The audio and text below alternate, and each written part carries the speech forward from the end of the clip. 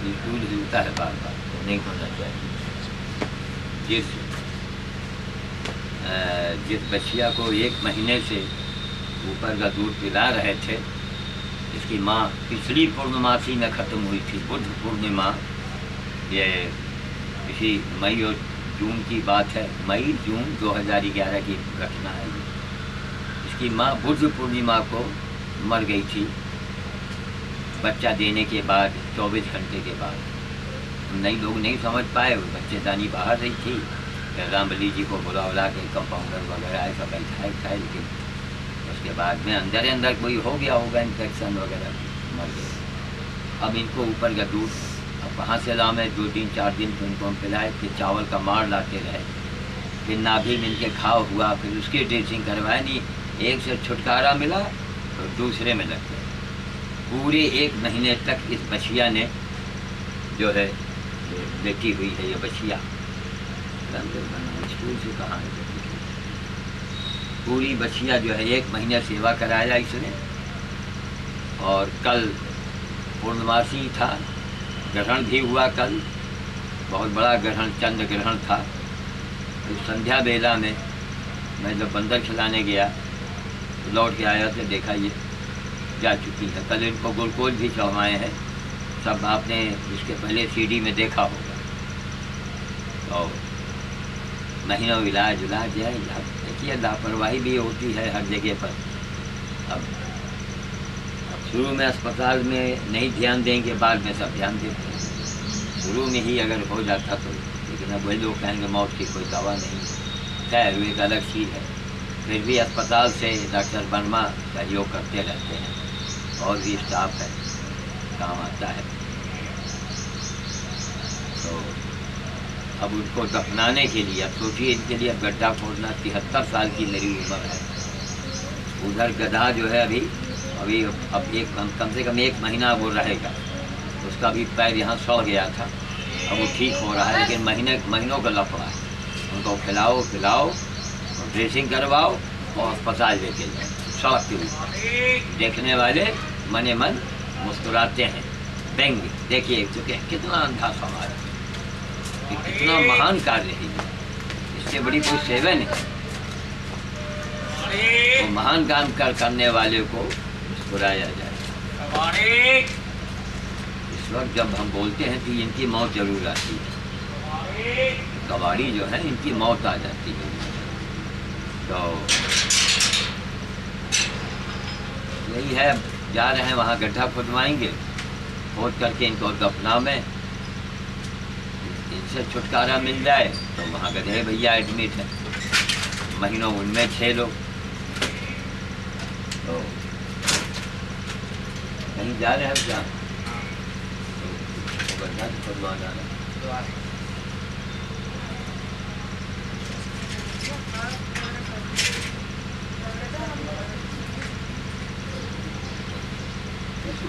Scooter निकालना है क्या?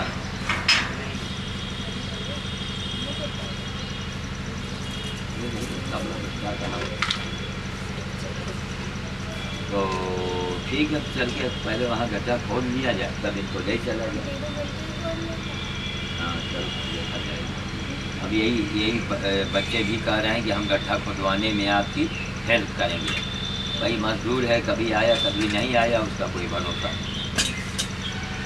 तो ये बच्चे मिलकर गड्ढा खोदेंगे, हमारी बेटी भी लगेगी उसमें, सब कोई मिल के गड्ढा खोद के कहने मतलब ये सब आपसे नहीं, जिंदगी मेरी बीत गई यही करते करते। तब ताल ठोंक देते हैं कि जितने साधु संत नेता अभिनेता हो ना, नौटंकी करने वाले अखबार में पढ़ते हैं तो हंसी आती है। बहुत गिरा बड़ा कमीना समाज है। 49 दिन जब गंगा जी के नाम से मैं मरा हूँ, सब मर गए थे, कोई नहीं। अब जिसको देखिए और फतेहपुर के चले आ रहे हैं, और फलाने नंद, सब नंद हैं, आनंद वाले, पर तुम्हारा खुद ही स्टूल हिलता है। तो आनंद वाले अखबार पढ़ते हैं, देख के गुस्सा आता है, कहाँ से एक आदमी भ्रष्टाचार की चाशनी में डूबा हुआ है, झूठ मक्कारी फरेबी। अखबार के क्या कहने साहब, ज़्यादातर ऐसी बात नहीं है, मीडिया बहुत अच्छा काम करती है, लेकिन मीडिया कहीं मजबूर है। जो दमदार नेता है उनको फ्रेंड पर लाती है। ये मीडिया नहीं देखती कि इस आदमी के कितना त्याग है इसका, नहीं, वो देखती है कि इसका जेब कितना मोटा है, कितना पैसे और कितना फेमस है ये। चाहे वो कत्ल करके फेमस बना हो, चाहे वो कुछ भी, वो फेमस हो, बस इलेक्ट्रॉनिक हो चाहे प्रिंट हो, पीछे पीछे। लेकिन फिर भी पूरे समाज में हर व्यक्ति को इन मीडिया वालों का कमोबेश एहसान मानना चाहिए। आज मीडिया हमारे ऊपर हाथ न रखे होती तो आज हम पागल खाने में हों। क्यों, कौन करेगा गधे की सेवा, कुत्ते की सेवा, गाय की सेवा, पर्यावरण की सेवा, कौन करेगा? सारा जीवन इसी में लगा दिया, इसके अलावा कुछ किया ही नहीं।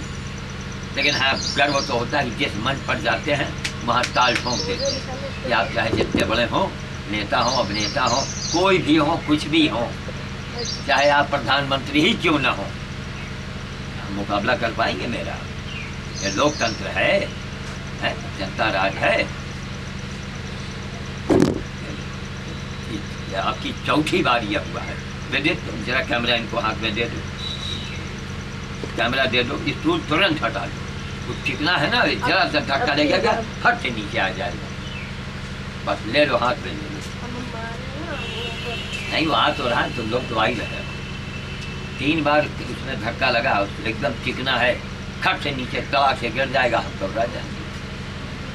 तो मैं पकड़ लूं? नहीं, अब छुओ मत उसको, स्टूल को मत छुओ। तो कहने का मतलब यह है कि किसी तरह लौटों से, बच्चों से, बेटी से, पत्नी से सहयोग लेके, पैसा लेके, श्रम लेके ये महान कार्य, ये लावारिस गाय थी, 3 पैर से उठी, एक उसका फूल उतर गया। 3 साल उसको झेले हैं, 3 साल। करके दिखाओ, पक पक पक पक फलाने नंद, धमाके नंद, सब नंद भाव जाई, चलो भर पानी में डूब मरो जाके, करके दिखाओ पहले। भगवान ने ये किया, भगवान ने ससरा, हमारा समाज इतना अंधा, इतना कबीर के जमाने में अंधा रहा समाज, बेहद अंधा। स्वामी जी देख लिया, जिस स्वामी जी कार से उतरे बस खत्म, पैलगी चालू, वे नहीं देखेंगे आचरण क्या है। देहात में तो फिर भी आस्था है, भावना है लोगों में। मैं जाता हूँ तो माँ रोटियों की माला से मुझे लाद दिया जाता है, हजारों लोग पैर छूते हैं आकर। तो कहने का तात्पर्य यही है कि सीढ़ी बनती है, देखो सुनो। अब जितने साधु संत महात्मा ज्ञानी ध्यानी बड़े बड़े नेता जहाँ इस सीढ़ी को देखते हैं उनके अंदर चाय का पानी खौलने लगता है। क्यों? उन्होंने किया नहीं, और नहीं कुछ नहीं किया, और किया है तो नाटक किया है, और करोड़ों में खेलते हैं, लाखों में नहीं, करोड़ों में। तो आपको ये थोड़ा है मलाल। एक बात बड़ी गौरतलब है, अंत में मैं कहना चाहूँगा, फिर मैं चल रहा हूँ गड्ढा खोदने के लिए, कि जैसे अगर आपको कोई कह दे कि प्रधानमंत्री, वो आपको मुख्यमंत्री बनाया जाएगा, तो हो सकता है भक्तों को हार्ट अटैक हो जाए हमारी खुशी के, है ना। लेकिन जो ज्ञानी होगा वो ये कहेगा कि हम बहुत बड़े अपराध से बच गए, जो मुख्यमंत्री का पद मुझे नहीं मिला। एक एग्जाम्पल मैं दे रहा हूँ, कहिए क्यों? एक मुख्यमंत्री आप बन गई, तो जो सेंट्रल केंद्र सरकार से आता है, इतने बूचड़ खाने खुलने हैं, हस्ताक्षर कीजिए, जमीन का इंतजाम कीजिए। सोचिए, कत्लखाना खुलवाने वाली सरकार, चाहे वो किसी पार्टी की हो, इसकी कितनी दुर्गति होगी मालूम है।